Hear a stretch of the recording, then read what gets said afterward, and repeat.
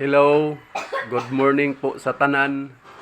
For today's video, nais ko lang po i-share sa inyo, sa mga magulang at sa bata, para hindi kayo madaling magkaubo or kapitan ng ubo. Ito po yung sikreto. Kita niyo po ang tanom na ito. Siguro alam to ng lahat.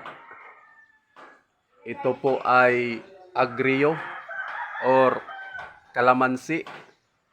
Ito po yung sikreto para hindi kayo madaling kapitan ng ubo at sipon.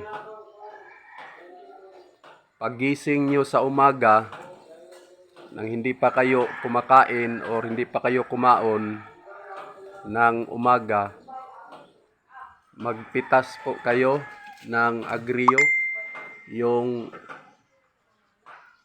linghod pa na agrio. Ito po.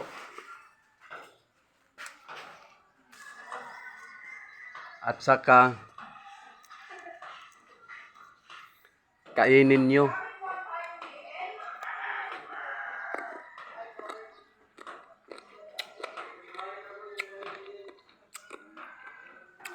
Hindi pa po siya aslom kapag linghod pa, or hindi pa siya maasim kapag linghod pa. Kaya pwede siyang kainin sa mga bata. Ito yung sikreto para hindi madaling magkaubo. Yung kainin nyo, yung bagong pitas pa lang or bagong kuha sa punuan ng agrio.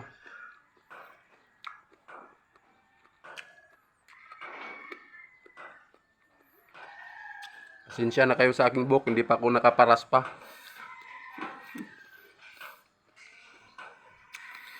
Ngayon, kung wala kayong agrio, magtanim kayo ng agrio sa inyong bahay para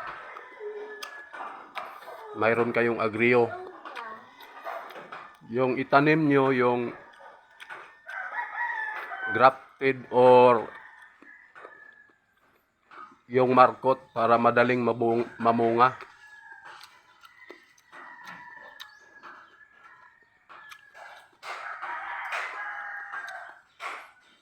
Wala pong ubo at sipon, hindi po kayo madaling kapitan ng ubo. Kapag umaga, kumakain kayo ng linghod na agrio. Kita nyo naman, walang ubo. Bato-bato.